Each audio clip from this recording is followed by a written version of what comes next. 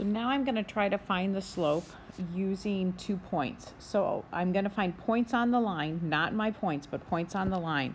So I'm going to look, I like this point, looks really nice right here, it falls right on the line, and it has a nice intersection. So when I go down, it's at 180, unit is cubic centimeters, and it's at 380.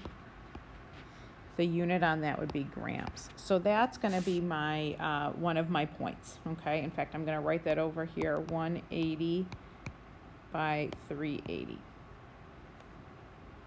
My next, I'm going to find another point. Again, I can find any point on the line. So I'm looking here. I want a point that's a little further away from it. So I'm going to look here. It looks like, oh, this looks pretty good actually. So I'm going to take a point because right there, it looks like it's at 120 for my y, okay?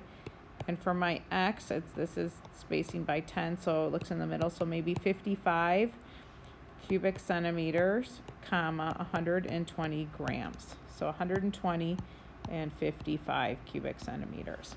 So if you'll remember, slope is change in y over change in x, or y2 minus y1 over x2 minus x1. So I'm going to take here, and I can put whichever one first. So I'm going to say, take my top one, and I'm going to say y is 380 minus 120. So this is my y2, this is my y1. Now, this is my this is my x2, so 180 minus 55. And so when I do that subtraction, again, the units on the top are grams, the units on the bottom are cubic centimeters. When I do that subtraction, I get 260 grams on top over 125 cubic centimeters. When I divide that out, I basically get about 2.08, which rounds to about 2.1 grams per cubic centimeter. So that's how I find my slope using the 2-point method. I find 2 points. Notice the points were on the line, not the other random points, points on the line.